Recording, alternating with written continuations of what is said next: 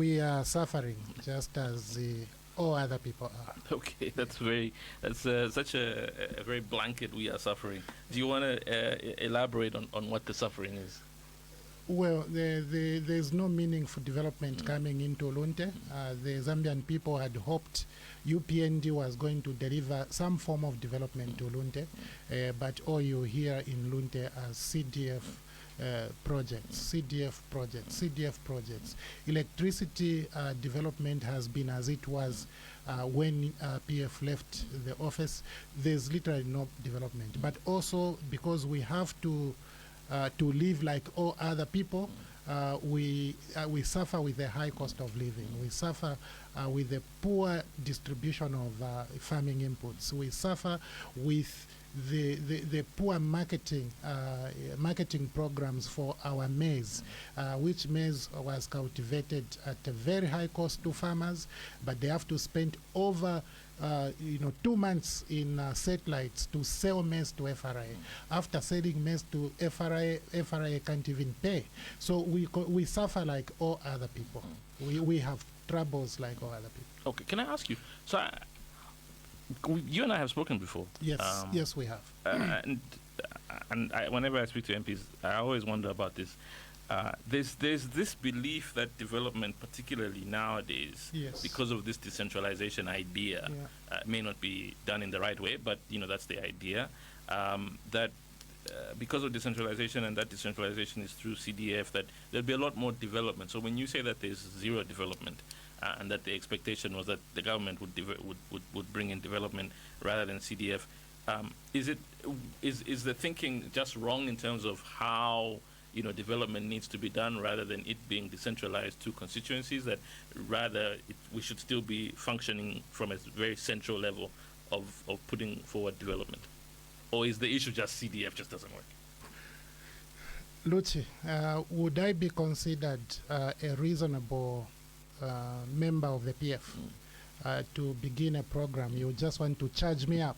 You don't give me an opportunity. No, we'll get there. We'll get there. No, we'll get there. I know where you want to go. We'll get there. It was going to be my next question. It was actually going to be my next question.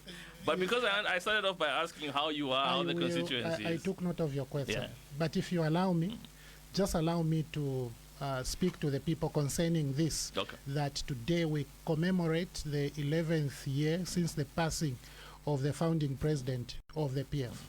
President Michael Sata created a movement for the people, a movement that turned out to be such a good one for the people of Zambia. It is that movement which ensured that all the bridges that you see between Mongo and Kalavo were constructed. All those that you see between Sioma and Mongo were constructed. It is that movement which brought about the Livingstone Zimba Road. It is that movement that brought about the Mansa Luwingu Road. It is that movement which gave the Zambian people the airports that we see, the hospitals that we see, the schools that we see. It is that movement. Michael Sata has been dead for 11 years now, and we commemorate his life today. I just pray to God that the soul of the founding president of PF continue to rest in peace. And we do so at a time when his success has been dead for over 4 months, and he has not been buried. President Edgar Lungu, who succeeded Michael Sata, remains uninterred because government took the family of Edgar Lungu to court. It is unfortunate. As PF, we are at a very, very difficult juncture. Let's stick together. Let's pray to God for God to come through for us and be able to help us, resolve our issues as a political party, so that we can honor properly the memory of both President Michael Sata, the founding president, and his successor, President Edgar Lungu. Is it the thinking? I took note of it. Okay. Now you can charge me. Now I haven't. I wanted to know, because you see. Now you can charge me. I have no problem. I have no problem. Is it the thinking of this decentralization? I like when my guests always go don't follow my script decide to go on their own. Okay, but let's go. I'm sorry about I understand. That. It was because, important for me. I understand. And I'll bring you back. I'm a normal PF member. And I'll bring you back to, because I don't want to just gloss over it. Yes. So I'll bring you back to it, because I took note of it. Yeah. So let's, is it an issue of development? And then I'll come back to the original question that I had, just concerning how important today is. Good. Development in Zambia is planned. This is one thing that all Zambian people must be able to understand. Development in our country is planned. And how do we plan development? We plan development through the development plans. You could have heard of the 7th, 8th, and so on. Okay? Right now we are dealing with the 8th National Development Plan. It's got pillars of development. And those strategic areas of development have got programs, which programs are supposed to be implemented for is the desired goal of development. How do we finance the planned development? We do so via two main ways. The medium-term expenditure framework. You know, government produce on an annual basis, they produce a 3-year plan of expenditure. And then the national budget. Now, when you go to the mother of all plans, the 8th National Development Plan, there are 4 pillars. You have a pillar in agriculture, you have a pillar in mining, you have a pillar in tourism, and another one is about manufacturing. Okay, so how do you develop tourism by the deployment of CDF? It's virtually impossible. You can't now, because maybe because I talked about 3-year planning. These are the budget speeches for the minister for the past 3 years. 2024 budget, 2025 budget, and 2026 budget. If I show you the amounts contained in these budget speeches which the minister dedicated to tourism, you can cry. And yet it is a pillar of national development. But what you hear is the minister and all other ministers, including the president, eulogizing CDF. Okay, CDF is not even in the 8th National Development Plan as a channel of developing the country. So when some of people like myself, when we complain about this concept of CDF, we are logical, because we look at what the government has planned for its people and how they are implementing those plans. The UPND government is haphazard. They don't know where they are taking the country. This is why you see emerging things become so serious. Like Bill 7, it just emerges from nowhere.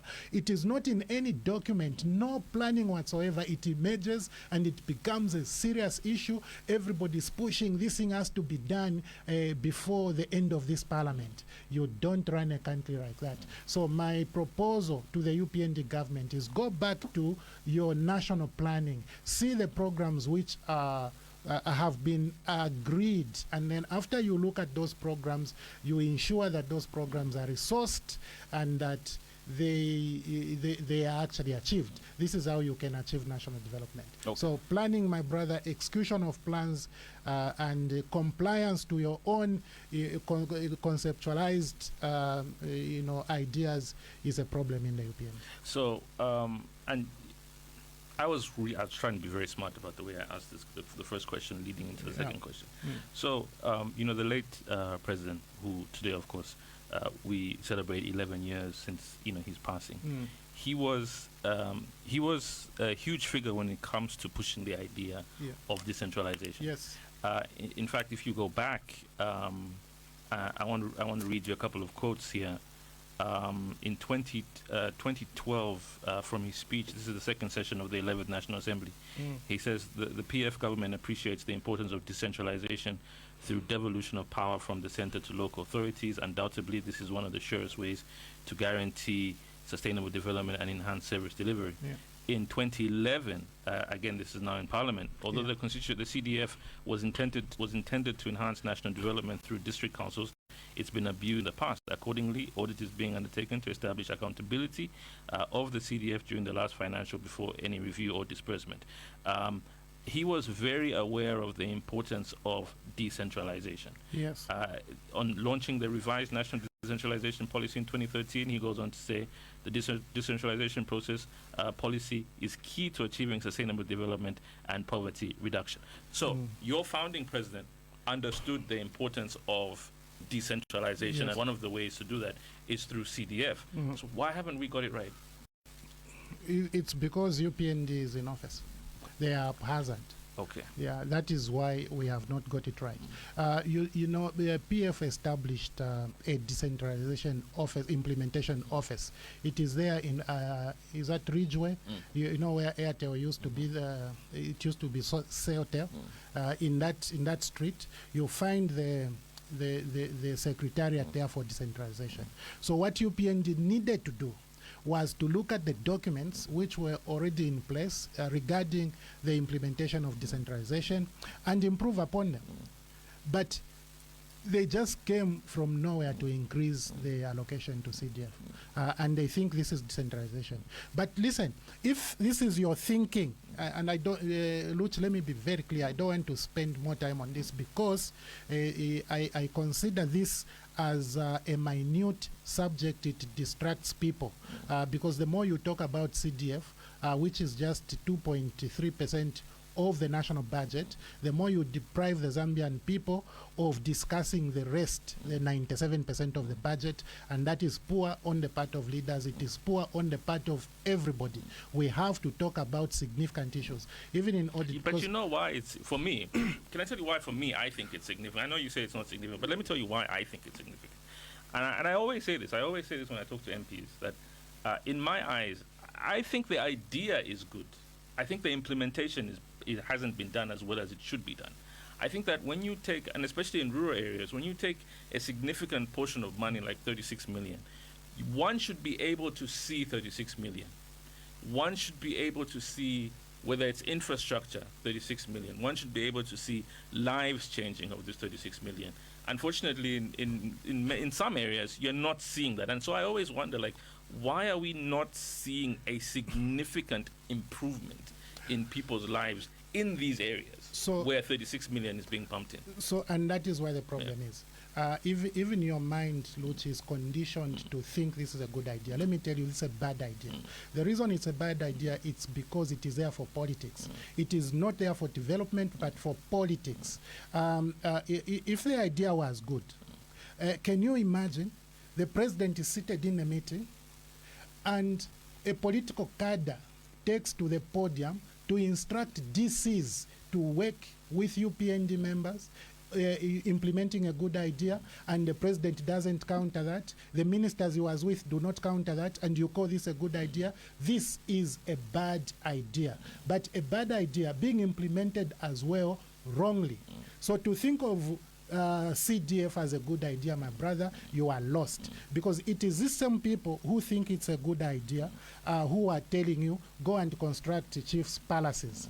Okay, these are not ideas from the people. It is the same people who are telling you contribute 1 million kwacha from CDF and direct it towards the Rural Electrification Authority. It is the same people who are telling you give us money at the center so that we can buy CDF police vehicles. It is the same people who are telling you bring this out of the 36 we gave you, give us 1 million, we buy for you ambulances. These ideas are not coming from the same people you are saying have been given power to make decisions about their improvement. The same people are being told, instead of building a bridge, don't build a bridge, go and build a maternity annex at a hospital where there's even no medicine. So you have a big problem to imagine that the idea is correct. For me, I'll tell you, the idea is wrong because it's a political tool. It is there for, you know, for political propagation as opposed to delivering development according to the wishes of the people. So and then it is also implemented wrongly. You can't keep on directing all these matters. You can't keep on loading CDF. Do you know that in 2026 is going to be 40 million? 40 million before you are able to deliver on 2022 CDF budget. You have failed to deliver as government. I'll tell you in Lunte you didn't deliver. You didn't give us all the money. And don't tell me that the Lunte Council did not submit all the returns. They did submit all the returns. You failed to deliver 2023 in Lunte. You failed to deliver 2024. In 2025, you are not even halfway into delivering. But what have you done? You have come back to the National Assembly to increase it to 40 million so that the people can see it as a good tool. This is a bad tool. It is there to make UPND look good when in fact all they are doing is maladministration. If you followed the Minister of Finance as he delivered this budget speech, do you know that he explained all the achievements that CDF has done in the past 4 years? All of them. But this is a one-year budget, my friend. Why didn't you explain this, the achievements of 2022 in 2023? Why didn't you explain the achievements of 2023 in 2024? And 2024 achievements in 2025. How do you come and lump all the achievements? You start telling us statistics now, and these statistics are not verifiable, my brother. If you tell me that you have built 1,000 classroom blocks, I can't verify that. But if you tell me that you have built 2 schools, I can know that this school was pronounced this year and it has been constructed. So the idea of UPND is to be talking about unverifiable issues. And you are unfortunate in this country because the Auditor General you have doesn't look at material things. He looks at immaterial matters. Because when people complain about significant issues happening in the country, the Auditor General will ignore. You are only lucky that you have the FIC who are able to tell you the extent of illicit financial flows, illegal money that is flowing out of this country. So clearly, I don't see anything in this, and I'm sorry about that, my brother. Okay, that's fine. That's fine. All right, let's move on. Just one last question regarding the national budget. Then I'll move on to some of the other issues that I want to ask you. Okay. So obviously, there's been some mixed reaction from the budget that was presented by the Minister of Finance. This was obviously in September. Where do you think the Minister of Finance, or maybe the question should be, what are your main concerns or areas that you think the government got right or wrong? Right or wrong? Yeah. Okay, so why are you tricking me? I'm not tricking you. You are tricking me. I'm not tricking you. Would you have rather the question was phrased, what are your main concerns or what areas do you think the government got wrong? Would that have appeased you a lot more? It's okay. This budget, 2026 budget address, I took a lot of time to look at it. The only thing I can tell you, which I see as progress, is that the budget has been expanded. It's a huge budget, huge. This budget is 253.1 billion kwacha. Okay, where are you moving from? 2025, you are moving from 217 billion. There you go, 217.1 billion. Now this is a huge expenditure jump. That means people should have more money in the economy, okay? But when you come to the downsides, they are so numerous that even this increase of the budget will become worrisome to anybody listening.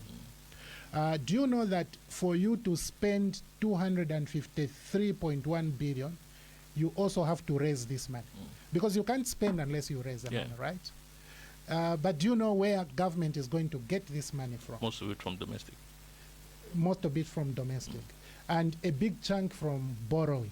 Because as you know, government is going to borrow 106 billion kwacha from the local market. That's a huge amount to be borrowed by government. Now, when you look at this budget and you consider where the money is going to come from, the mining taxation is untempered. It remains low. But that is where your cash cow is supposed to be sitting. And yet you are not looking at taxing that sector, on an equitable basis, so that the sector can make a meaningful contribution to the national revenue. But government is going to increase taxes for the poor, the poorest of the poor, mobile money operators. These guys who send money on phones, their taxes are going up. The people who are selling cigarettes, mishanga, mishanga seller, that's what we used to call them. Their taxes are going up. People who are selling drinks, utuma drink, to mojo, to shani, to utuma drink, those who are literally surviving, their taxes are going up. So government intends to get money from that category of people to spend on who? On an expanded parliament. Because HH and this government want to add 55 constituencies to the existing constituencies as far as the Bill 10 provisions are concerned. They want to add... But that's not included in this budget, is it? It's not. There's no line. Well, so when you say that they want to increase the number... Listen, my brother. When you look... And you can correct me if I'm wrong. I'm not an MP, so I don't sit in Parliament. But you can correct me if I'm wrong. But my thinking is, when a budget is presented, you look at revenues versus where that money is going, right? There is no line that says that money is going towards increased parliament. Okay, listen. Yeah. Listen. That is where HH and his government are expanding expenditure. Okay? They are expanding parliamentary expenditure. Because what they want to do in Bill 7 is to make sure that they add 55 constituencies, and they add other people on what they are calling proportional representation to make 92. Okay, so they want to add 92 members of parliament. But is there a budget line? But is there a budget? The budget line will just be where is the budget line? It will just be called. Because all this money, remember, is going in the consolidated fund. Whether you collect money from the road, from a mobile money operator, it's going in one account, Control 99, and that is where you get the money to start what funding. But where is it in the budget line? Sorry. Where is it in the budget line? Like, when you look at the budget, in what line does it? It's say? Head 3. National Parliament is head 3, okay, of the sovereign ledger. Head 1 is State House. Head 2 is Vice President. Parliament is head 3. So that is the budget line for Parliament. Okay. Now, where is head 3 drawing the money from? It is from Control 99, with head 99. Okay. So, but does head 3 specifically say that this amount is being allocated towards? I like for emoluments. Yeah. Of course, there are emoluments. Yeah. But I like the way you are insisting on this question. You are insisting logically, because I don't like misinformation. That's why I want you. That's why I'm looking for the logic.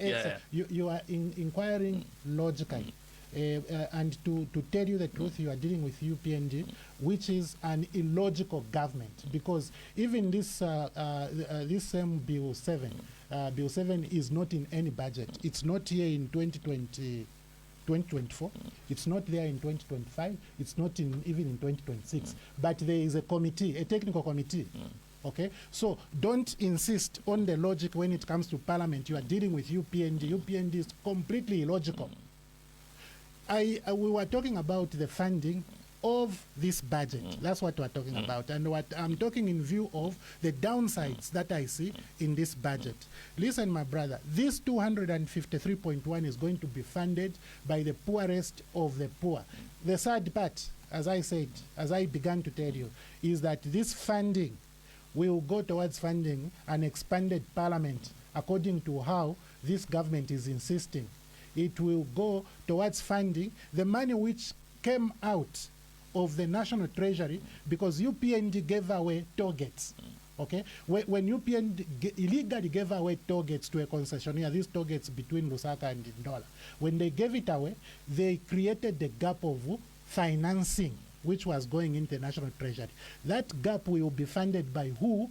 By these mobile money operators who are now being taxed at a premium.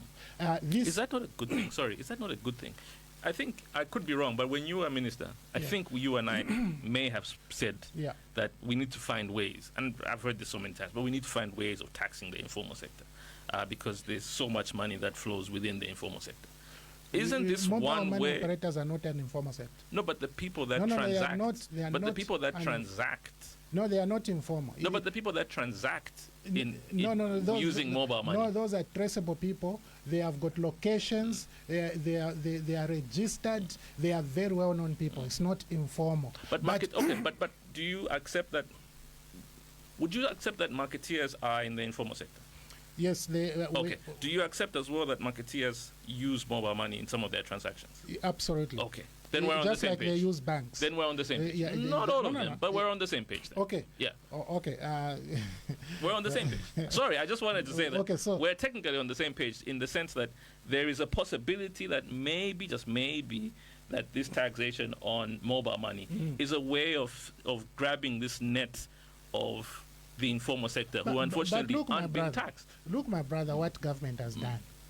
Government has taken a road, Lusaka Ndola road, and given it away to a foreigner.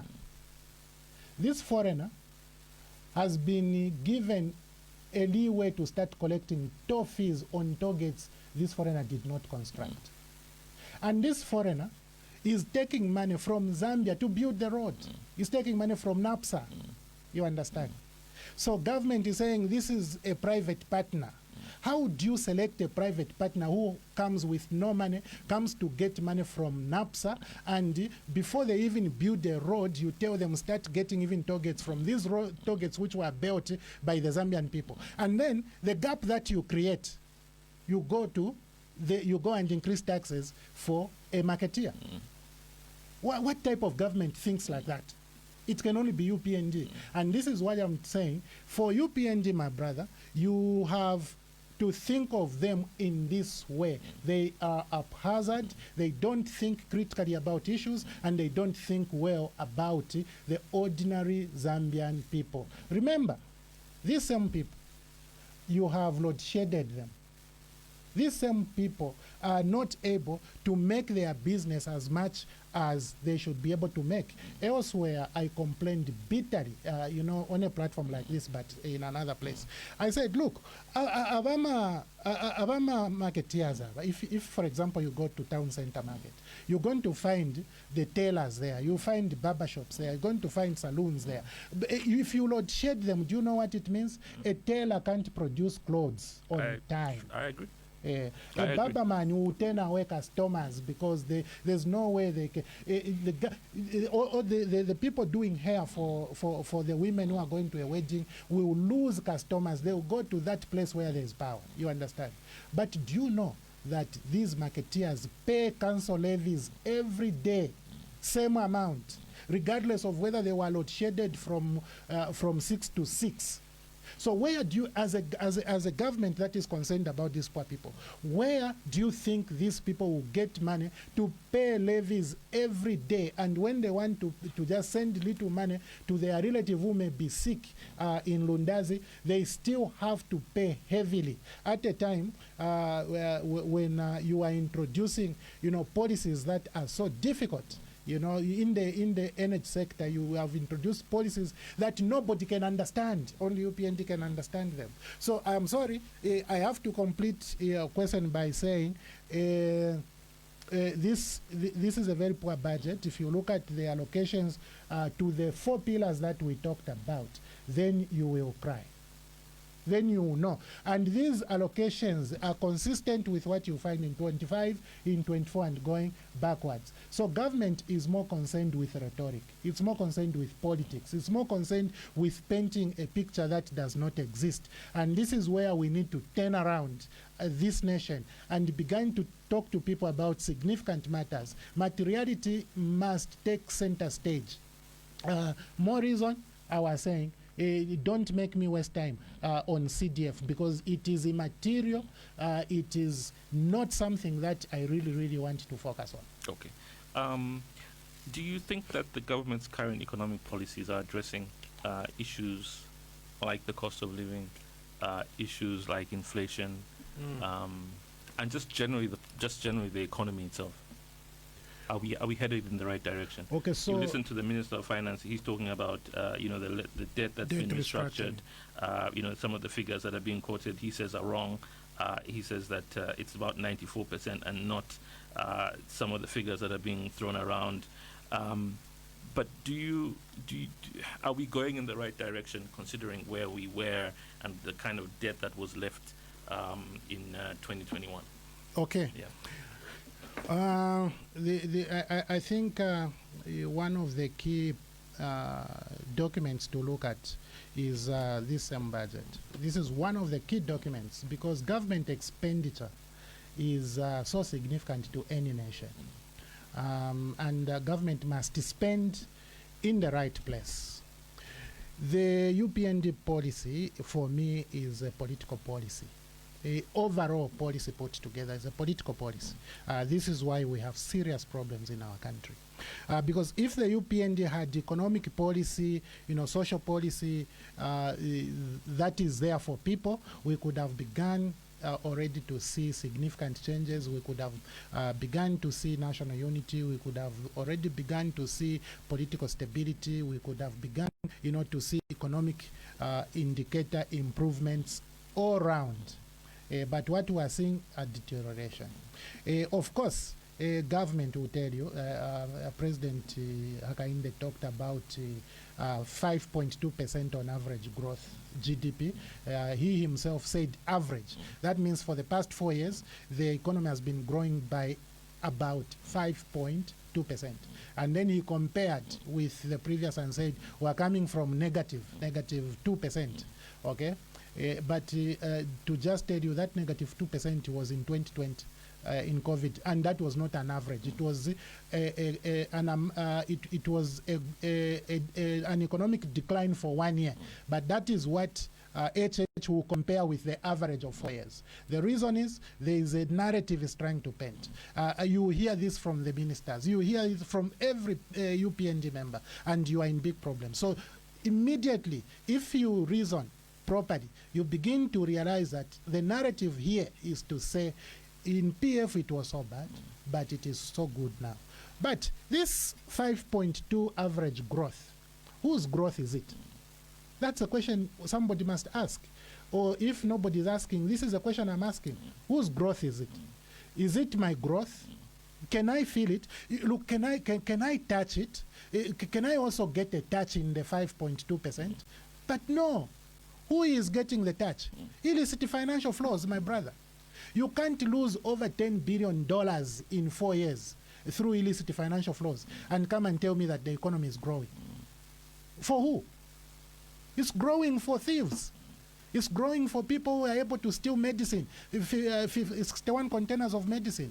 It is growing for those who have sold, United States donated medicine and they have not been arrested.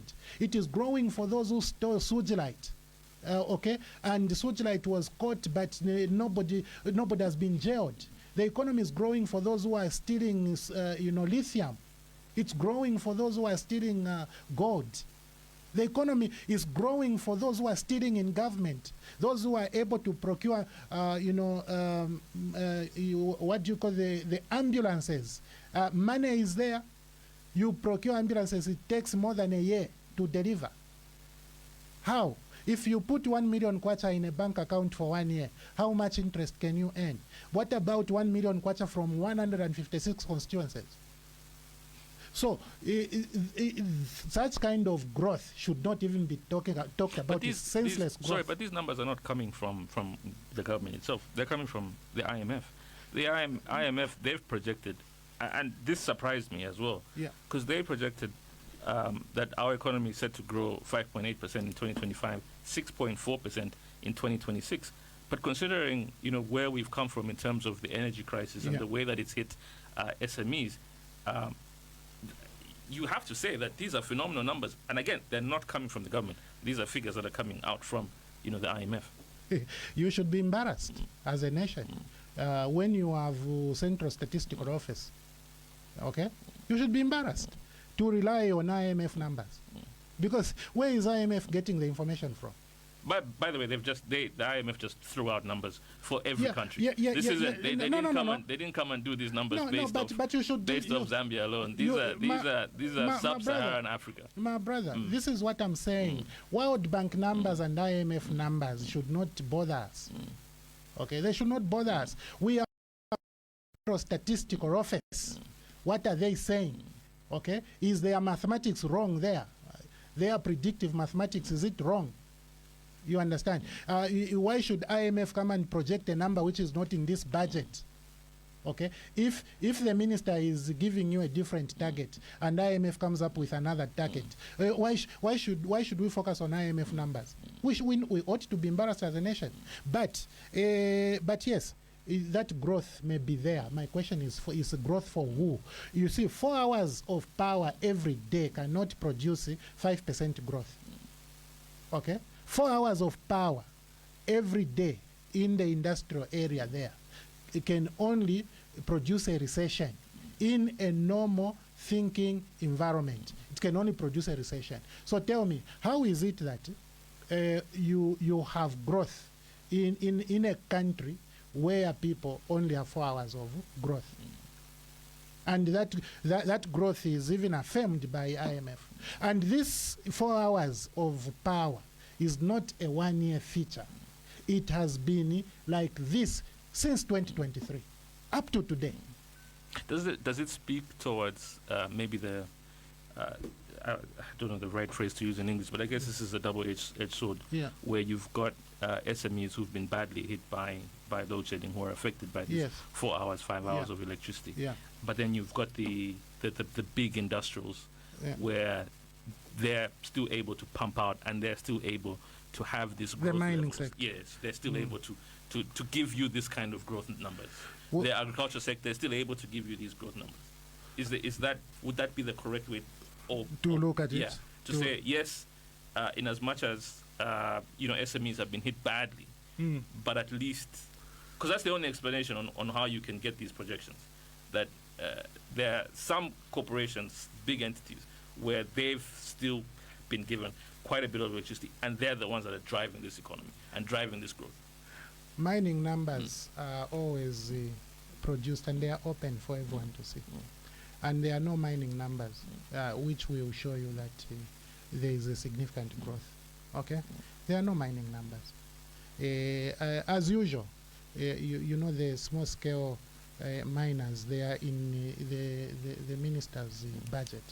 And what I saw is the minister comparing the projected 80,000 metric ton copper production from small-scale miners in 2026 compared to 12,000 in 2020. 2020, how many years ago? The minister couldn't even pick the outcome of 2025. He couldn't pick the outcome of 2024, 2023. He goes to 2020 to show that, no, in 2020 it was 12,000. Now, he can't even say this 12,000 in 2020 has been progressive. But he goes and says, in 2026 is going to be 80,000. This is political rhetoric. Now, let me honestly tell you, my brother, as long as we remain in this rhetoric, this country will never change until we have a group of leaders who are going to be objective and have the country at heart and begin to look at issues the way they ought to be looked at. If I were the Minister of Finance, I couldn't have accepted to read this budget speech. I could have never accepted to read this budget speech on behalf of government, because this speech is an embarrassment. It's a serious embarrassment. Do you know, my brother, that the minister never even consulted? He never went to regional centers. Minister of Finance, for the first time in so many years, produced a budget address for the UPND government without consulting anyone. They never went to Nakonde, they never went to Kasama, they never went to Livingstone, to Choma, they never went to Mongu, they never went to Chipata, never went to Solwezi to consult on the crafting of this budget. They never did. But here we are sitting with a budget that has not been consulted. When I was on radio somewhere, one of the UPND members called me and said, the minister did not consult me on this mobile money thing. You understand? But if they had a public consultation here in Lusaka, and they went to Kasama, and they went to Solwezi, they went to Choma, and all the Nakonde, went to Chirundu, you could have probably come up with a more reasonable. I like that you're stuck on the mobile money. No. It's painful. You're really stuck on the mobile money. It's painful, my brother. You and I, we differ on this because and I've said this many times, so this is not new. It's the same way we differ on CDF. Oh yeah, we differ on many things, which is fine. On CDF, which is fine. It's important. Because I've always said that I sometimes feel like those of us who are in the formal sector, they find ways of taxing us as much as they can. And I look at people in the informal sector and I just think, we are funding you. We had this argument about NEMA. Remember, we had this argument about NEMA when I used to say that. Yeah. Why is it fair that we are the ones that, the formal sector, the ones that are being taxed the most? Well, your livelihood is more guaranteed. Okay, it's more guaranteed. For the guys selling on the street, they depend on that person to buy from them. Okay, to buy from them. If that person doesn't buy from them, their livelihood is not guaranteed. I just believe everyone should pay their fair share of tax. Fair, yes. Fair, yes. But you can't. You can't say. You can't say we are going to charge you because we've given away revenue. UPND has given away revenue. They have given away a mine. Ukubula mine. Ukupela foreigners, you understand? For nothing, and then 51% of Mopani start using this asset. As a government, we don't want it, and those people have taken away that mine, and all the assets which belong to Mopani, whether it's a hotel like Urban Hotel there, 51% has gone. And I was even pushing a further argument there. I was saying, whatever asset that Mopani owned, if it is sold today, 51% of the value will go to that person, that foreigner who was given it for free, for nothing. Okay? So you take away income like that in order to come and tax a Mshanga seller. This is where we disagree, my brother. You can't give away targets in order to create a gap, and that gap now, to fill it, you tax a Mshanga seller. I can never agree with you. It's impossible for me to agree with you. Okay. Just one last question, and then I'm going to take a little break for the news. Okay. I know that you intend to stand as presidential candidate for the PF. But what do you make of the impasse currently within your party? Well, it's a leadership issue. It's a leadership issue. Remember earlier we were talking about the founder president having been dead for 11 years now. We are talking about his successor who has been dead for 4 months and has not even been buried because UPND took the family to court. We are now at a situation where we are sitting with an acting president, and so the party has to deliver leadership. But other than that, we have this takeover, this UPND takeover, where they have taken over the PF, through the registrar of societies. So you have battles in court, you have these challenges and all of that. It's a difficult matter. But what will console anybody who is looking at this issue is that the bloodline of PF, which is its membership, is as intact, maybe perhaps more intact than it was in 2021. Because of these difficulties that deliberately UPND has brought upon the country, you now have a situation where people think that they made a serious mistake by removing the PF. So the membership has become more and more united. And this is where, as a leadership, we must draw inspiration and be able to be united. We must also elect a leader who we are all going to rally behind. So clearly, because there are two things, isn't there? There are two things. Sorry, there are two things. Yeah. So, in as much as the party, will go, as far as I know, there are intentions that there will be presidential elections for the party. Yeah. But then obviously you've got this elephant in the room, which is the Tonse Alliance, who heads the Tonse Alliance, whether whoever becomes president of the party, what they decide to do, whether they decide to stick with the alliance or leave and decide, look, we don't need you, we can go at this alone, because obviously we've still got the structures. You guys are just making noise, you have nothing. It's where do you see that playing out? The position of the party is usually not an individual position. Yeah. Okay. The position of PF is usually a product of deliberations of Central Committee. So I don't see any problem. Okay. Yeah. Okay. All right. Let me take a break for news. We will be back. If you want to call us, 226-841 0978-895-895. You can send a WhatsApp as well, 0978-895-895. And of course, we are streaming live on Facebook as well.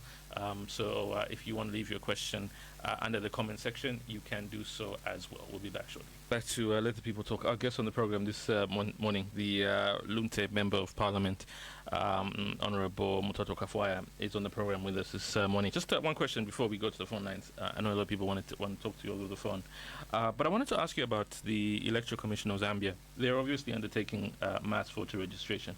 The chairperson of the ECZ, Mangala Zulumis, she said yesterday that even though there have been a few hiccups, it's too early for stakeholders, these are obviously stakeholders like yourselves, to call for an extension of the 30-day mass voter registration exercise. How are you seeing these mass voter registration, and should they have an extension, even though she says it's too early at the moment? So the voter registration will impact the voter roll. Everybody knows that. Yeah. The more people you register in your stronghold, the more chances you create for yourselves. The analysis that ought to be done is, are we having these challenges in UPND strongholds? You are likely going to find that is not the case. So why should there be challenges only in non-UPND strongholds, if that is the case? So you have to analyze that. It may be a scheme of voter suppression, which would be very unfortunate.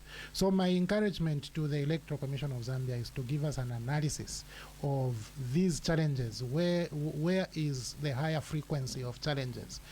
In fact, in some provinces, we know that NRC issuance has been non-stop from 2022. So that I understand it as the political machination. Again, if we want our country to be a better country, we need to begin to look at Zambians as Zambians and give them opportunities to participate in national programs on an equal basis. We must be able to appeal to Zambians across the country. As I am a presidential hope for PF, I should appeal to Zambians across the country. The programs that I need to promote are programs that benefit every Zambian everywhere. That is important. Before we went on break, Luch, you asked a very important question which I didn't even complete answering. You were talking about the policies of UPND regarding the economic and social progress.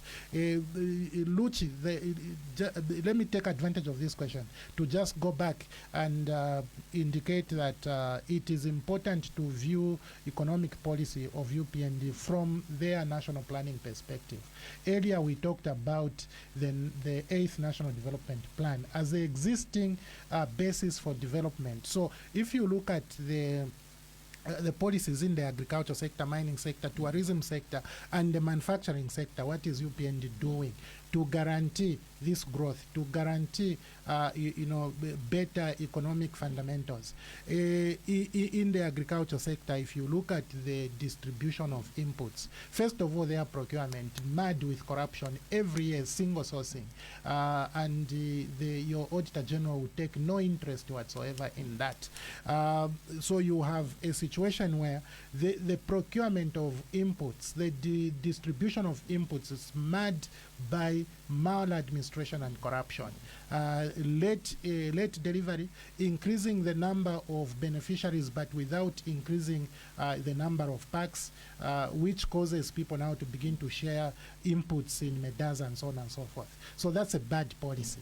It should be seen as such. Then when the farmers have suffered through the farming season and now it is time to sell to FRA, FRA will keep them at a depot for 2 months. This is what we have seen in this season, a year before elections, or a few months before elections. What do you think will happen after elections?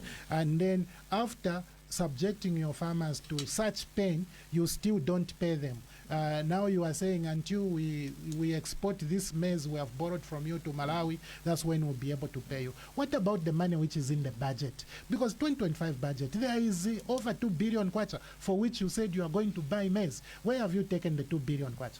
So it's very unfortunate. You come to the mining sector, what you are going to see is large mining companies being given transportation contracts to transport maize from Tanzania into Zambia, and that maize comes with aflatoxins. So you have serious problems. Then the government will wake up one day and say, oh, let's give them permits to export copper ore without tax at all. The mining giants now are exporting copper ore because they can't process it in this country. They export to other countries, and as they export, government has said, pay no taxes on this copper ore. And when copper ore is going out of the country, you don't even know the content of that copper ore. That copper ore may contain high-grade copper, it may contain all these, including gold, and government does not care. What they are saying is just take it outside, go and process it there, whatever compositions you get out of there, let the foreigners continue benefiting.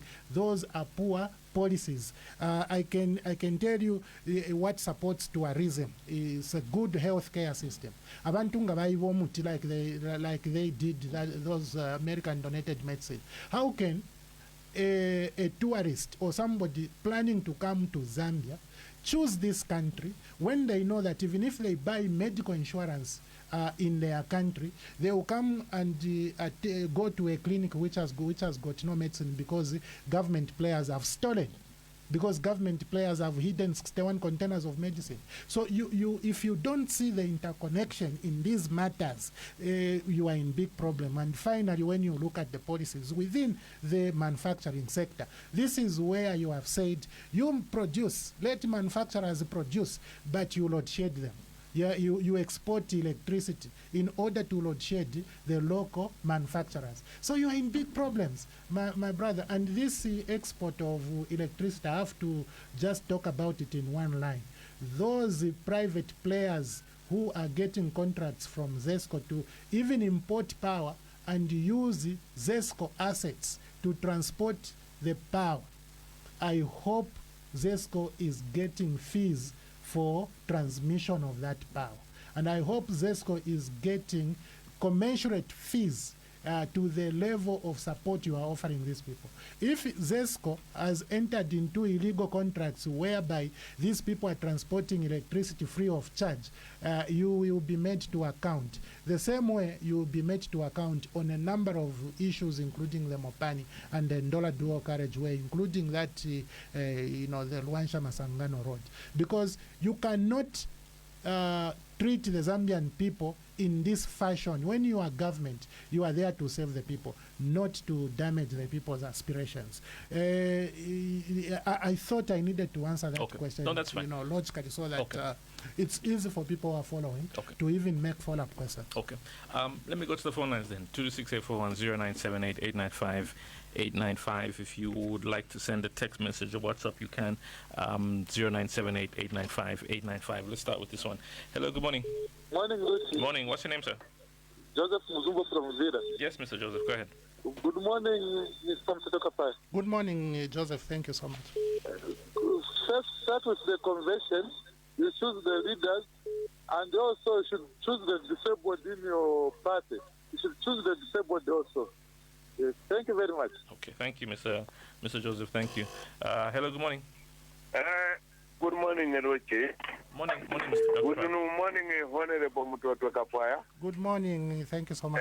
Dr. Proud from Garden.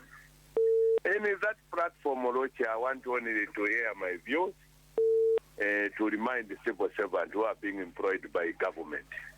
You know, Mutotwe Kafwaya campaign, Simatamanga Maningi for Paka. For example, when you go to railway system, it's more is dead. You remember it's from Kraibachirwa now is not changing any face. When you go to health sector, cancer hospital is not being built until now.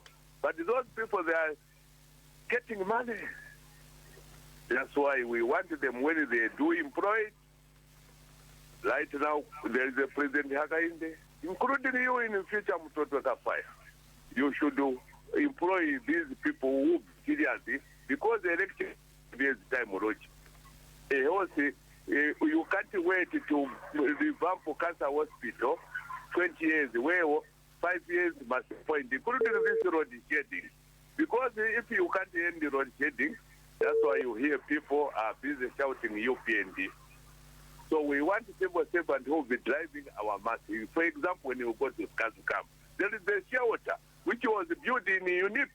They are putting as a good shed. They should demolish. When you go to Rimatawa, there is a drainage which has built. It has stopped. But that company still exists. We want the people who are doing drainage system in the Rimatawa to make sure no water flow to finish, not to stop. Because there is a money, there is a government, be it in Lunte, be it in Lusaka, including in Gade. We want to finish drainage. Thank you very much. Thank you. Thank you very much, Proud. Hello, good morning. Hello, good morning, Mr. Luciano. Good. Thank you for calling by my government name. Thank you very much. What's your name, sir? This is Musalilwa. Okay, Musalilwa, go ahead. Thank you. You are a mafioso. I knew he made a mistake the other day to give it to say my government. Mr. Kafwaya, good morning. Good morning. Thank you so much, Mr. Musalilwa. Thank you. You said almost everything that I wanted to. You know, everything is lopsided. It's like you open a way here, the other one, you close it. That's how their policies are. They are not sitting well with the Zambian people. Wherever they open up, they have a way of closing it. Because if you sell copper concentrate, what are you saying? There was a dollar refinery in the Kaunda era. We used to hear about it. There was value addition. There was Zamesa. They were making wire rope, which means they were adding value to the copper. But now it's being exported in a raw form, plus taxes. You waive all the taxes for these guys. Then what are you doing to your country? And when people talk like the way I'm talking, you get furious and you label me that belong to this party or whatever.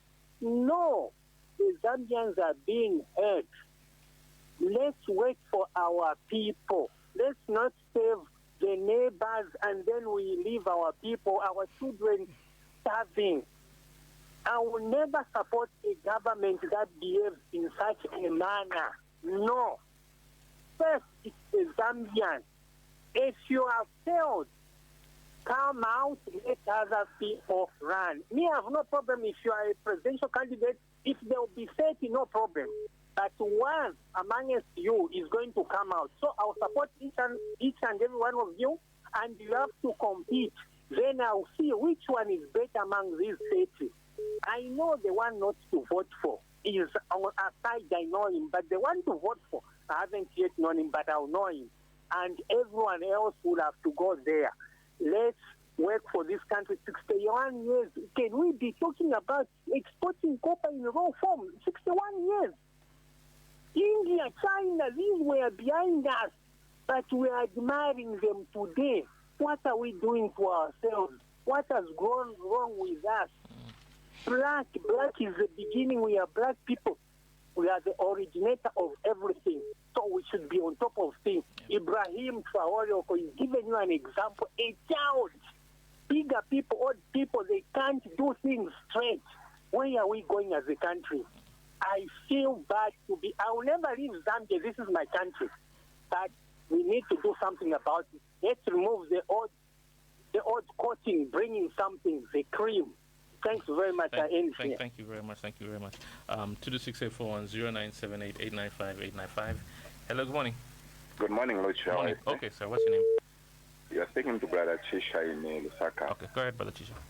Thank you. Honorable Mutotwe Kafwaya, how are you?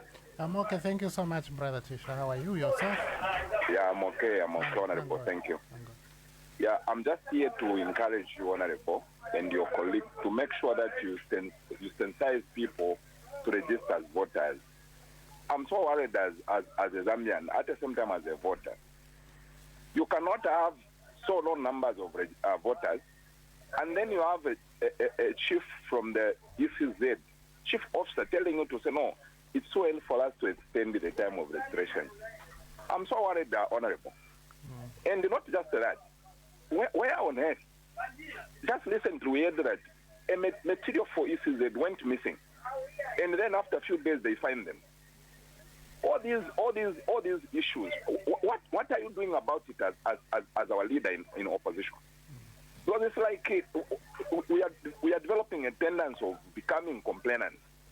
If you don't think bad things are happening, Honorable, I'm able less action from opposition political parties, except just complaining, just like myself, who is just a member. Same applies to you leaders. Of course, you are, in most cases, Honorable Mutotwe Kafwaya, I praise you because for the first time to say a member of parliament who belongs to opposition to make people, members of parliament of the ruling party, to walk out from parliament. Mr. Honorable Kafwaya, you are the one who have done it. But what I'm saying is that, what are you doing apart from just come on radio station, complaining about the attitude of ECZ? Because we have been, we all of us, we know, most of the officers there from ECZ, they belong to UPND. It's a well-known story. What are we doing about it? Because by having them up to 2026, to trust them to run the election in Zambia, Honorable, do you expect to have a free and fair election? Brother Chisha, sorry to cut you off. Can I ask you a question? So you're complaining about the low number of people that are registered to vote. Have you yourself registered to vote? I'm a voter, Luchi, and I can't even complain about me being. Okay. Have you encouraged your family members, people in your community, to register to vote? That's because what I'm doing, it begins with us. Yes, that's what I'm saying. I'm doing it almost every day. Okay. This morning I was talking to my niece. Okay. I was telling her to say, you have a age, make sure that you make an effort, you go and register as a voter. Okay. So I'm doing it and every day. Okay, excellent. But as I conclude, Ruchi, if people they are going to get it from leaders like Mutotwe Kafwaya and others, it's going to carry more weight than if they get it from me. Yeah. You get my point? Yeah. So that's the point I'm trying to make. If our leaders can be on the ground, encouraging voters to register as voters, it's going to be helpful. Otherwise, I'm so worried with the behavior of the Honorable Kafwaya. Okay. It's very much worrying because you can't have leaders who belong to a political party running serious institutions like ECL. Yeah, Brother Chisha, thank you very much. Thanks a lot. Okay, let me get you to respond. Let me just quickly add. I just want to quickly add something on what Brother Chisha said. Yeah. And I want to just something that was quoted in the news diggers yesterday from the Home Affairs Minister, who said voter registration hasn't been adequately publicized. Now, this is something that I complained about as well last week when I was talking to somebody, to say that unlike previous years, there seemed to have been quite a bit of emphasis towards publicity from the Electoral Commission. That's not the case this time around. I'm not sure why that's the case, that the publicity doesn't feel like it's there. From, I seem to remember last time there was musicians that were involved in singing songs. Yes. There was quite a bit of media campaigns around it. But this year it feels like they've taken a different strategy. I don't know whether it's the right strategy or not. But yes, let me throw it to you. Okay, thank you so much. I'll answer your apprehensions first, then I'll go in the order in which the questions came. The problem is UPND, nothing else. The problem is the bad leadership of UPND. There's an outcome that is predetermined, which they want to achieve, an outcome that will offer them guarantee to retain power. That is where the problem lies. Because as even Brother Chisha was saying, there's absolutely no way the chief at the Electoral Commission can be saying it is too early to begin to talk about extension. You understand? You already have a problem. When this exercise began, I went to the golf club there to check. They told me at the golf club that we were told they would come on Monday. That was a Thursday. There was no one. And so you have already lost 4 days at a polling station, and you are saying it's too early. People were going there to register. The ECZ guys were not there. So you have a big problem. But the main issue that Brother Chisha raises is people like myself should sensitize people, and maybe we should begin there. For all of us, the Zambian people, it is our responsibility to install a government which cares for us. UPND has demonstrated that they don't care for the Zambian people. This is why these policies, which are being condemned by everybody, the educated and the uneducated, the wealthy and the unwealthy, the healthy and the weak, the physically weak, all of them condemning these policies, it is because UPND does not care. Now, if we don't register to vote, we are not going to have a say in 2026 as to whether UPND continues or actually they are booted out of office. So it's very important that we all take an interest, go and register to vote. Don't be discouraged by the takeover of PF by UPND. Don't be discouraged by the fact that we have not elected our leader yet. We are going to do that. This is what Joseph said. Have a convention and make sure you actually elect disabled people in your party. I have to tell you that we elected Honorable Chilangwa. He has been jailed by UPND. Why has Honorable Chilangwa been jailed? I'm told the UPND vehicle was bent in Kawambwa, and witnesses say he was standing like 50 meters away, holding his hands across his chest. So that is the offense for which Honorable Chilangwa has been jailed. Honorable Chilangwa was a disabled. He was even our Deputy Secretary General. So when it comes to recognizing people with disability, I think PF has no problem. And Dr. Proud is encouraging civil servants to be working.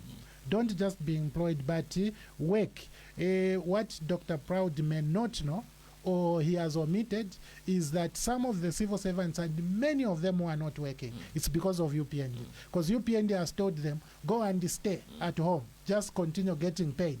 And it's a huge number of directors, a huge number of people who UPND is just paying, and they are at home. So Dr. Proud, as you encourage civil servants to work hard, you should also encourage UPND government not to take people home and expect these people to work. He's talked about Zambia Airways is dead. Yes, it is dead. So 2026 budget, what provisions are there to resuscitate Zambia Airways? What strategies are there? He said since Clive Chirwa was there, and I recall when we were in office, when Michael Sata was president, that's when Clive Chirwa was that side. He complains about the condition of cancer treatment in our country. And he said, well, there's some construction going on for a cancer hospital on the Copper Belt. UPND is capable of starting a new construction on the Copper Belt when the one which is existing is offering no solution to the people. Go to UTH there. An existing cancer hospital cannot give radiotherapy. They can't even give even chemotherapy. There's nothing, completely nothing. So how do you go and start another undertaking? Resource this one here so that people can stop going to India for cancer treatment. They can stop going to Tanzania. Listen to me, you can't go and import maize from Tanzania. Even patients of cancer, you want to send them to Tanzania. Why are you burdening Tanzania when you have these facilities in Zambia? When Mwanawasa launched that cancer hospital, I was still working for government then. It was a state of the art. We began to receive patients from Angola. Patients were coming from Mozambique to be treated there because all the units were working today, linear accelerator is not working, cobalt 60 is not working, there's literally nothing that is working. You can't have a country like that, Luchi. So it's very, very important to go Kulima Tower drainages. You have to stop there. But those people who are trading in Kulima Tower, the area we talked about, they are paying council levies every day. Every day. So government's focus is to collect little money from people, okay, on a daily basis, but you can't even provide, meaningful services. You can't create an environment for them which is normal to operate. It's very, very unfair. Mr. Musalilwa, everything is lopsided. You open this valve, you cross the other. Okay, you are telling in the political pronouncements, you are saying we want value addition, but actually what you are doing is telling those big miners export copper also that there is no value addition. Instead of helping the sector to create more concentrators, look, the other mine, this big mine which has been given away, it develops, the mine function strongly. They create new concentrators, they create new shafts, they create, then you give it away. To who? To foreigners. This inclination towards foreigners must just come to an end. And you waive taxes. I think he said a lot of things. You waive taxes, and you see the people like him who are talking against these policies are labeled to belong to this party or the other. Some of them, would even go ahead and pay very heavy. As you know, a number of people have been have paid heavily because of talking about government policy, not even talking about political party policy, but about government policy. Okay, but he ends very well and says, "Look, as things stand, I know who to vote out." He knows who to vote out. He doesn't know yet who to vote in. And the time is coming when he is going to know who to vote in. This is why I was telling my fellow members of PF and the opposition and the general public that do not despair. The takeover of PF is not the end of the hope of the Zambian people. At a good and appointed time, because as you know, all of these things are appointed in the sky above where our physical eyes are able to see. They are determined there and they only manifest in the presence, regardless of whether you are Christian or not. Okay. But Brother Chisha also said something. Well, we touched on his question through mine. So I think that's fine. Let me read you a couple of text messages. This is from Andrew. Andrew, first of all. Andrew says, why should you people have double-edged mouths? On IMF and World Bank statistics, you question why should we pay attention to them than our own Central Statistics Office. But you are the same ones who will be the first not to agree with our own statistics because you would say that they were politically created to appease the government in power. But IMF and World Bank are worldly approved bodies, fair institutions. You're an accountant, you should know better than as in other fields. Please don't mislead the people. Thank you. That's from somebody called Andrew. Let me read three of them and then you can respond.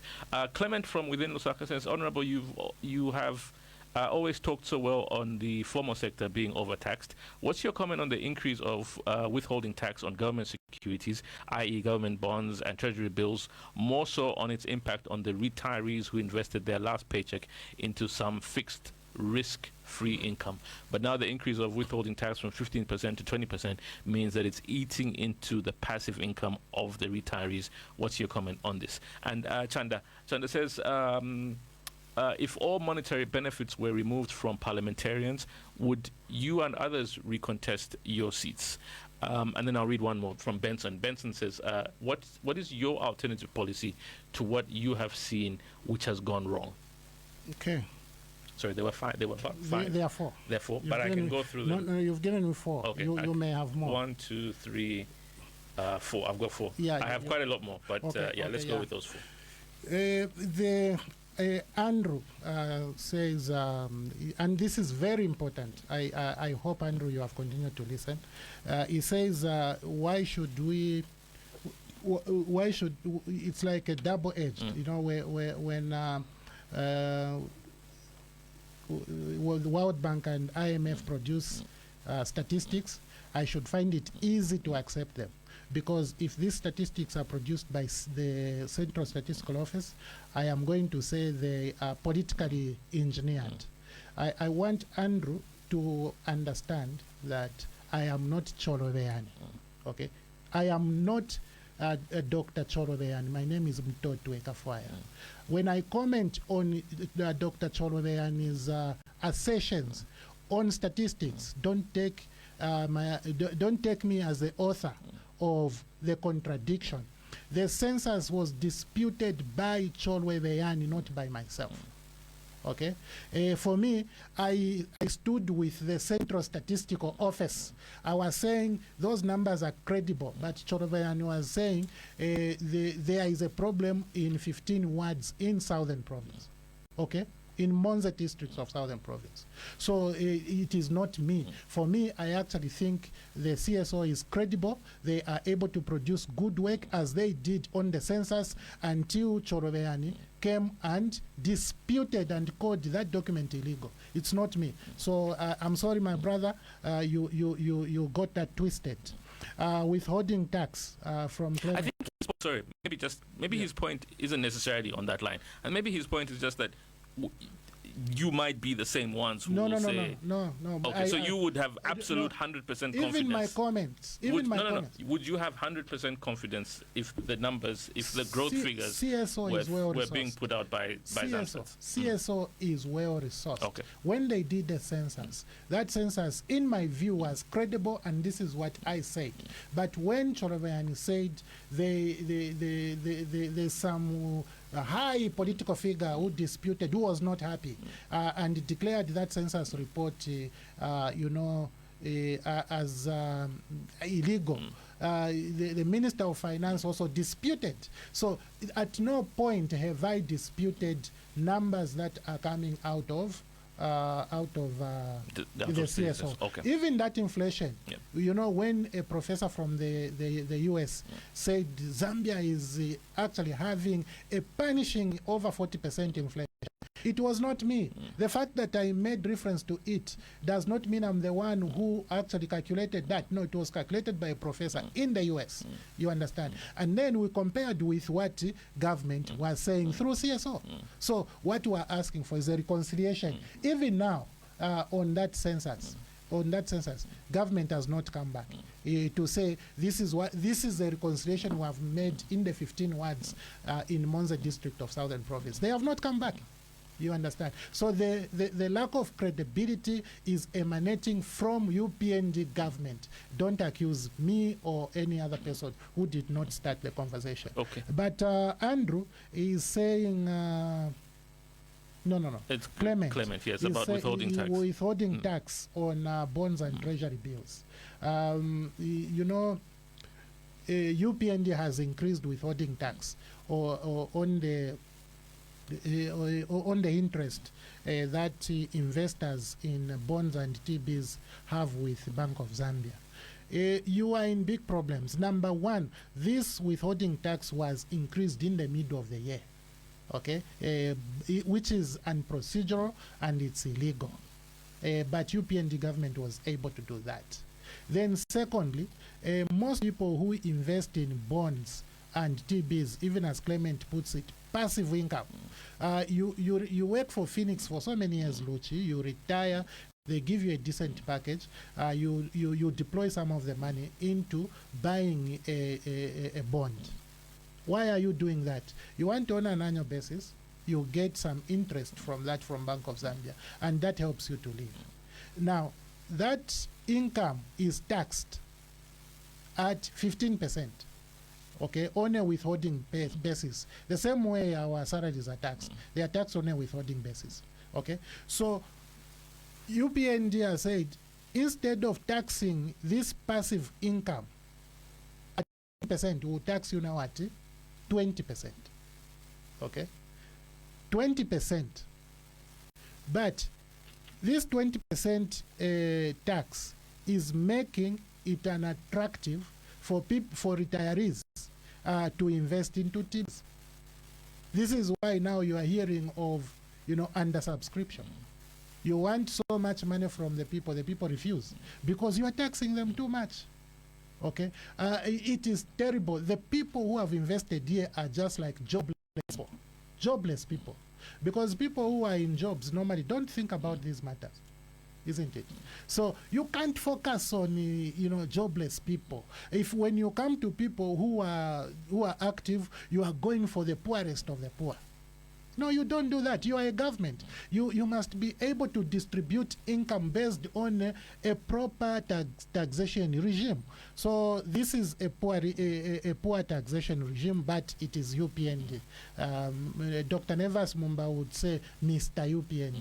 That's how he calls PF, right? That's how he called PF on one plan. He said Mr. PF. So it is Mr. UPND who is causing these problems. What did the other person say? Chanda was if there were no monetary benefits, if monetary benefits were removed from parliamentarians, would you recontest? Would I recontest? Yeah. I don't know. I don't know. The thing is that I initially was not aware of what existed. Okay, and even now I think that I've lost more than what I have gained. Because I have to tell you, for me, I entered Parliament when I already have a house. I was living in my house. Okay, I entered Parliament when I had not one house, but a few houses around. But also, I already had a new car. I was able to buy a car from Sifao. Okay, a new Ford Ranger, and the car that I drive now is not better than a Ford Ranger. You understand? So driving a new car because of a loan which I got from Parliament, it cannot be an incentive because I already had one. Earning a salary cannot be an incentive because I was already able to earn a salary. I entered that Parliament when I was already a qualified CGMA, a global chartered management accountant. I had done work. I had worked as in very senior positions, and everywhere I worked, I think I benefited a lot, and I left on my own. I'd never been fired. I'd never been disciplined anywhere. Absolutely, I have this clean, traceable record. You understand? I worked in government for about 10 years in the Ministry of Health. You won't find a single way that you will have gone missing because of my operations. Not even one. So I am proud of my record. And I think I'm also proud of what I was able to achieve before I went into the National Assembly. I actually have to tell you, I've lost more than I have gained. But the passion is stronger. The sense that I can make a contribution at a higher level is more clearer. I am able to see through these budgets. I'm able to see through government policy a little more clearer, and I'm able to project these issues much, much more sensibly. Because when I was in the Ministry of Health, I could only see that sector. I was the Lusaka Provincial Internal Auditor. The whole Lusaka province was in my hands. Okay? The whole Lusaka province. I was the chief in terms of the audit function of the Ministry of Health. That was a significant position, very significant position. When I left, I was audit manager at Finca, the audit manager at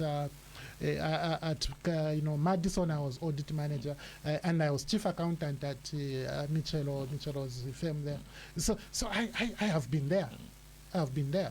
To think of me and the benefits of Parliament and think it drives me, I don't. I think maybe Chanda's question was maybe a little unfair to you, but I think maybe he was being very broad about it. Yeah.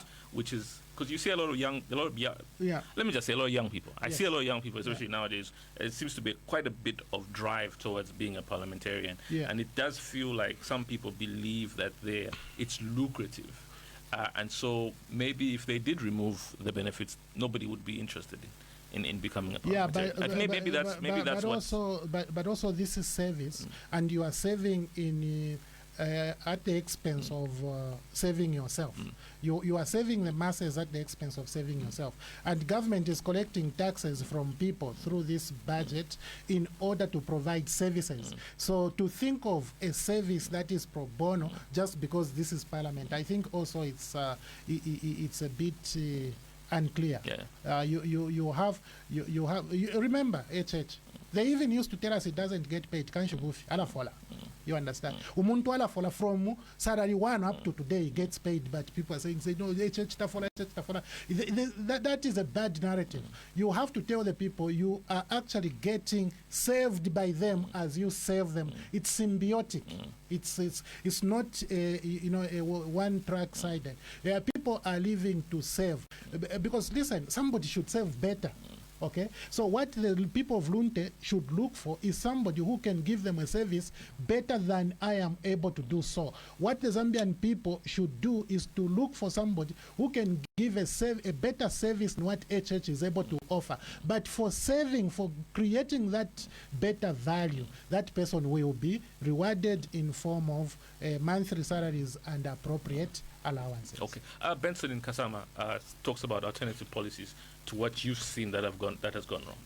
Why should you export electricity when you are load shedding your people? It's poor. It's a no-brainer. You have to stop. That's an that's an alternative policy. Stop exporting power. Okay? Number one. Number two, why should you give away a mine? Okay? Why should you give away a mine for nothing to a foreigner? 51% of Mopani has been given away by UPND for nothing. It's very poor. Revert the mine to the Zambian people. If you have to sell it and let the Zambian people get value from that asset. Why should you give away toll gates? Okay? For nothing. Somebody you are saying is a private partner, he comes to the country, he has nothing. He just comes with a small bag of clothes. They come and establish an office deploying money from NAPSA, from the Zambian people. And then you even give them what you already constructed using the debt that you are condemning every day. It's poor. Revert the road to the Zambian people. Let that money go into the treasury so that you reduce the taxes that you are taxing the Zambian people. It's a no-brainer. Why should you export copper ore without taxes at all? It's very poor. It's very poor on the part of UPND. Stop these poor policies. It's a matter of stopping. And you see, just a stop is a policy issue. You understand? To just put a stop, that's a policy issue. So for me, I'll start with the wrong decisions that have been made. Why should UPND members or should UPND ministers be stopped, or why should the people be stopped from knowing the corrupt UPND ministers who have been appearing at ACC? Okay, it is unfortunate. Expose them and begin to take them where? To court. In fact, suspend them in their ministerial positions and appoint those other clean MPs to take up their roles. Why should the UPND members be the only ones to get money from Ministry of Justice in form of compensations? It's a bad policy. Pay everybody who deserves a compensation in the country. And then after you begin to do normal things, or why should you even begin wanting to expand parliament when you know the money you are depending on is coming from the poor people to expand that that leadership structure? Stop it. You can't add 92 members of parliament to add on government expenditure where there is literally no money in the country. You are going to borrow 106 billion in the budget. 106 billion. That money you are going to borrow will ensure that private sector, which is already hammered by load shedding, will have nowhere to borrow money. So clearly, these policies must just stop. After stopping, begin to think of now how to move forward. Okay, let me go back to the phone lines. Hello, good morning. Hello. Good morning, sir. What's your name? My name is Philemon from Nation Zambia. Philemon, go ahead. Good morning, Mr. Kafwaya. Morning, thank you. I think you are very hypocritical. Tell me how many megawatts you record. Should be 20, I stand to be corrected. It should be 2018, 2019, under your government, when we faced the same problem of drought. Did you recall completely everything or what? I need some clarification there. Because these contracts were signed by you, previous leaders. Now today, you want to come smart and say we should recall everything. So how many megawatts did you recall when we faced the same drought? Did you recall everything or what? Coming to this, our economy. Look the way the economy is doing. Fine. A quarter is appreciating like Roma's business. Debt restructuring 94%, which you yourself failed. You failed to run KCM. You know, you came up with a temporal liquidation. What is temporal liquidation? You know, what I know about this liquidating a company is winding up the company, selling my asset, whatever. You know, but what we saw is your colleagues started accumulating on the asset which you said you have liquidated. A lot of people, a lot of leaders accumulated wealth out of KCM. Now, under the new Don government, we told you to say this is a commercial problem. It has to be resolved out of the court. It's what we have done. This time we're anticipating from 800 tons to 1 million because of good tax regime, you know, because of these tax policies surrounding the mining sector. You know, dewatering, it is at 85%. Hello? I can hear you, Philemon. Just wrap up. Yeah. Just wrap up. Thank you. Yeah. Dewatering is almost at 85%. What does it mean? Which means very soon we'll start extracting copper. We will add up to 3 million that we anticipate. So what did you want? Okay. I think you opposition, we told you to say, as we will be going towards 2026, you have nothing to say. We will just be making a lot of noises, which the head of state, if you recall, when he came from Abu Dhabi, he said he will be listening and hearing to the noises. This is the noises that we are hearing now. May God bless you. Thank you very much. Philemon, thank you very much for getting in touch with us. 26841 0978 895 895 if you'd like to get in touch with us. Hello. Good morning. That's Mweka. How are you? It's Luchi, but good morning, madam. Oh, Luchi, good morning. Aba Mutotwe Kafwaya, mwashibukeni, my dear son. Yeah, mkwaimayo mwashukenata. Mkwaye kuti wazeka. Umuntu arebepo obufi with confidence. Let me help you with facts. Njasukabo malanda. Ati ba PF difoto asaina contract ya malait. Ushaba Mutotwe Kafwaya tamwa bamwene baraba secretary to the cabinet aba Namibia. Aba ishire baletotera bamoba na Rumango. Was PF in government in 2022 when those contracts were signed? Ba Mutotwe Kafwaya inemfumine kumushapa. Abantu ofo bale chulo mulandu wabufi. And I think yafuaneni na ba former minister ba Reford Monde ityo balangira tibala chitasu government by today ngatababa pele indala mama farmers. Bantu bali chitaintaisa abantu kwebati bashikisha amataba kwefara ero bala vika pap sisi.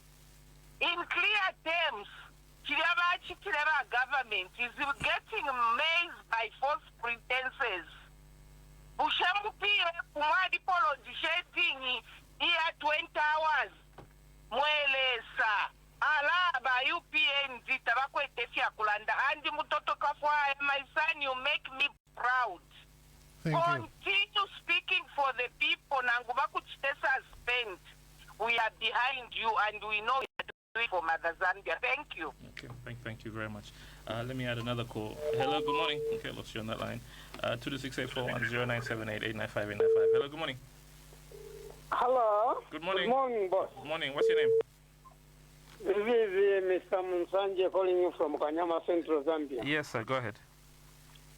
Kafwaya mwa branji. Na ukabwino sikoma kwambiri. Sawa kabwino mfumo. Yeah, okay. Choyambirira sina mafuso marume. Kuona kweve kuibara ni mafuto ni matenda. Bakafwaya mwatuza kuti ba UPND valeka aminozi yaenda mahala. Alibe mataxi aliyense. Which is very bad.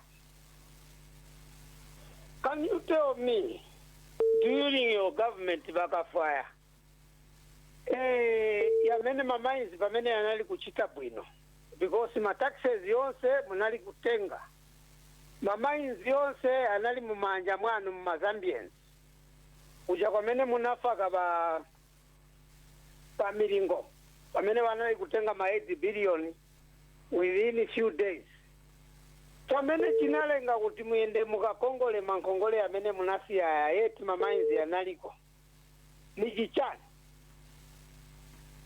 Can you give us the reasons, pure reasons, because chioneka monga kukwiya na kweve kumalenga abantu kusaganiza pwisa.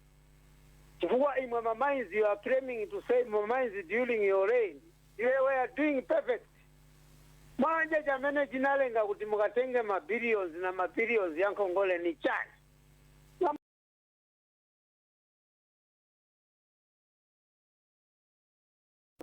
Ndalama za farmers pankongole. Imwe yamene ndalama za 2 years. Mabere ba UPND valipire Kongole amilisi aba FRA yano ni chani. Ifugwa imwe.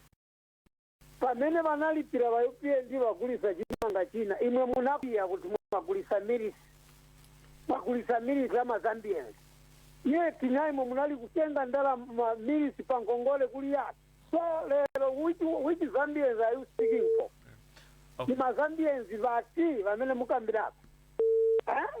Sanjay, thank you very much. Sorry, I'm going to have to cut you off because I am running out of time. Do you want to respond to Mr. Msanje Philemon as well as, I believe it was Madam Mumbipiri? Yes, thank you so much. Philemon, I'm being critical. How much power did we recall in 2018-19 when there was a drought? Philemon, let me tell you that a drought is not load shedding. There's a difference between load shedding and a drought. It does not mean when there's drought there must be load shedding. Okay. In fact, I wanted to also remind you that these contracts which exist today in the energy sector did not exist when PF was in power. For example, there was no Kanona Energy during PF. Kanona Energy is a creation of UPND government. It came in the energy sector via UPND government. Kanona Energy, which is now, we were told by the minister that they import power through ZESCO pylons and export it. It was not there during PF. And then... sorry, when you say that these agreements weren't there, what agreements are these? These contracts? The contracts between ZESCO and the private sector. The private sector which is exporting power instead of exporting power and selling power. But there was an agreement within the region that countries... No, that one is there. The regional pool is there. The regional pool is there. I just wanted to clarify. No, the regional pool has got nothing to do with Zambia. It's a regional arrangement. Okay. Yeah, so our country can import power from the regional pool when we are in trouble. Not when we are in trouble. And export. No, well, you can't export from the pool. You export from your surplus. Okay. You export from your surplus. In fact, you have to export into the pool. Okay, but we now have private players who are, according to what the minister said on the floor of the House, said these private players now are importing, instead of ZESCO importing, a private player will go to the pool to go and import power to sell to the mines and also to export. Okay. Do you see? Okay. Now, the issue is this, Philemon. This is where these policies are so poor. Who owns the transmission infrastructure? It is ESCO. Okay, who produces power in this country? Who generates it? It is ZESCO. Who actually distributes power in this country? It is ZESCO. So you go and bring these private players and you tell them, begin to sell power to the mines using ZESCO infrastructure, using the infrastructure for the Zambian people. What are you doing? What are you doing? This never existed during PF. And as Madam Mumbipiri said, and I'm responding to Philemon, when that secretary to the cabinet from Namibia came, he came to thank the UPND government through her honor, the vice president, the WK Mtarena Lumango. Okay? He wasn't thanking PF. He was thanking UPND. So don't get your facts twisted. But of course you talk about the economy doing well, and I've told you whose economy is it. Whose economy is it? Do you have an economy yourself? Do those people who sell on the tuntembas around your area in Kanyama have an economy to talk about? So this economy is for people who are stealing money through illicit financial flows. Let me tell you, you are talking about KCM.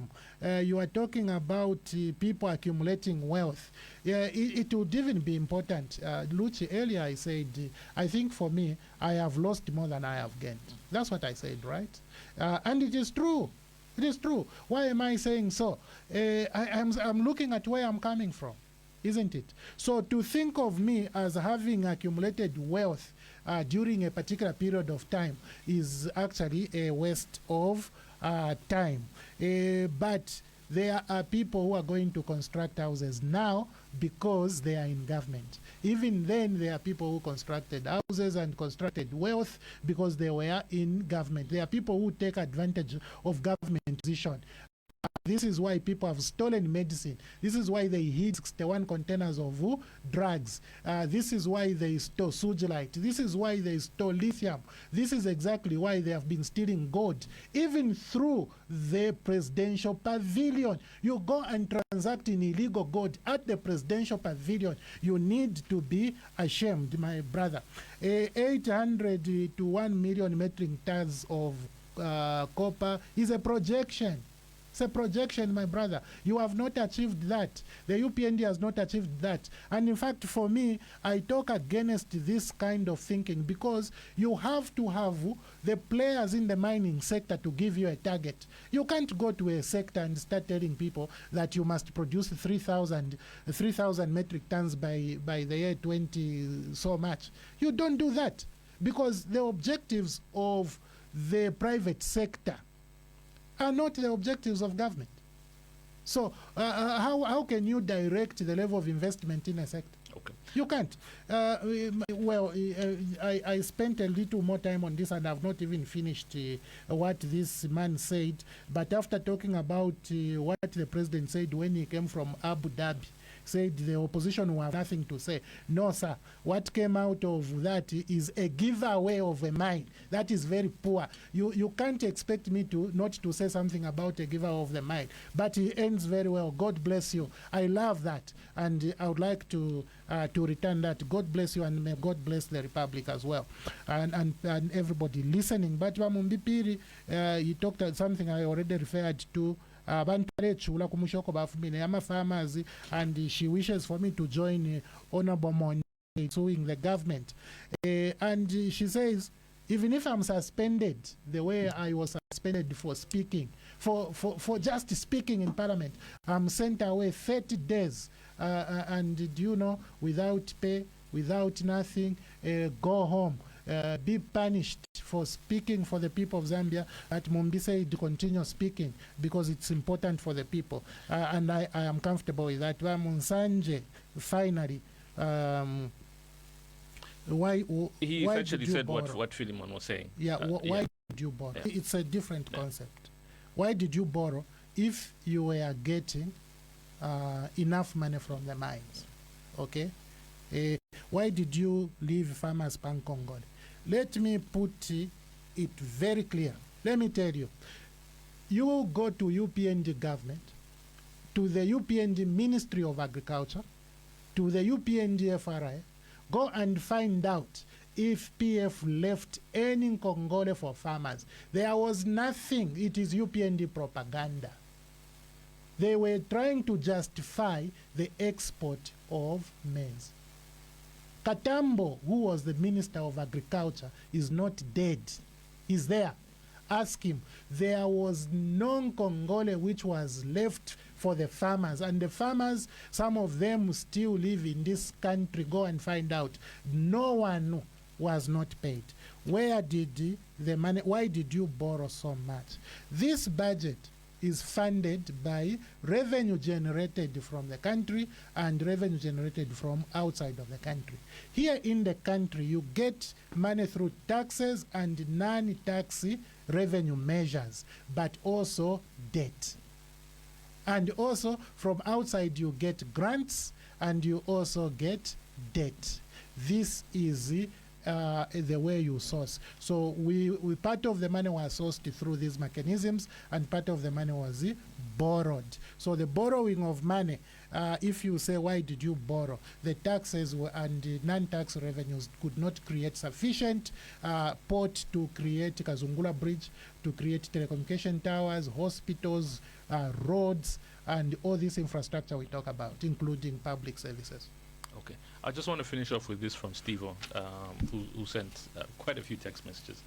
Steve, I'm very sorry. I'll read yours last. So Steve says, he talks about many issues, but I think the key ones. He says, we haven't forgotten, what transpired during your tenure as PF, but he applauds you. He says, you're thinking now because during your time, you weren't thinking, you weren't as vocal.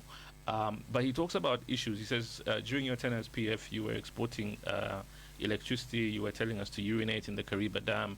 We haven't forgotten. Mines were closed during your time. Those mines were given to people who ended up stealing a lot of that money. And he finishes off by saying that you're not very honest. Do you want to quickly comment?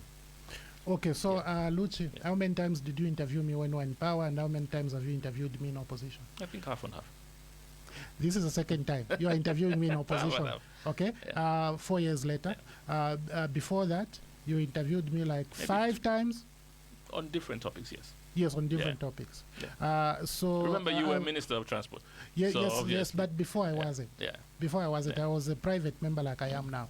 And when I was a private member, you remember, you interviewed me here. The first time I interviewed you, it was a conversation around the Constitution, I believe. I could be wrong. No, there were so many topics. It was a budget. It was a budget. It was in the building across, and you came in with your colleague. What's his name? No. Your colleague. He was here on the platform. He's a member of parliament. I've forgotten his name. He's a short member of parliament. Kalal Mukosa. Yes. Mukosa. Yeah, that was the first time you and I met. Yes. Yes. No, that was the second time. Okay, we can argue. Yeah, it was the second time. I recall the first time I was alone. I was brought here by Tandy. Okay. Yes, and then we continued to have conversations. But this is not the only place. I went to Hot FM, went to 5 FM, I went to the radio station in town, Pan-African, I went everywhere. I was on ZNBC, on Prime TV. So for Steve to say, now I'm talking long and hard, this is the second time I've been here since I was re-elected. Second time. Okay? So, everybody have something to say. Okay. It's a UPND democracy we are in. It's just a democracy. Yeah, it's a UPND democracy. It's just or a UPND standard of democracy. So everybody has something to say. All right. That is the program for today. Thank you very much to the Member of Parliament for the Lunte constituency, Honorable Mutotwe Kafwaya. You're back in Parliament now, aren't you? Yes, I am. Okay. Please don't get suspended again. Well, it's not up to me because remember, I was suspended for raising a point of order. I raise a point of order. It's not another person. I stand up, Madam Speaker, why should this member do this? I went on 7 days. And seven sitting days. I am the only member that has ever been suspended on sitting days. And then another member rose on a point of order on me. They took me out for 30 days. So for me, I am at risk whether I raise a point of order or another person raises a point of order against me. So it's not up to me. Okay. Fortunately, you're not suspended from the station. You can come as many times as you want. I love that. Yes. That is the program for today. Thank you very much indeed for listening. Thank you so much.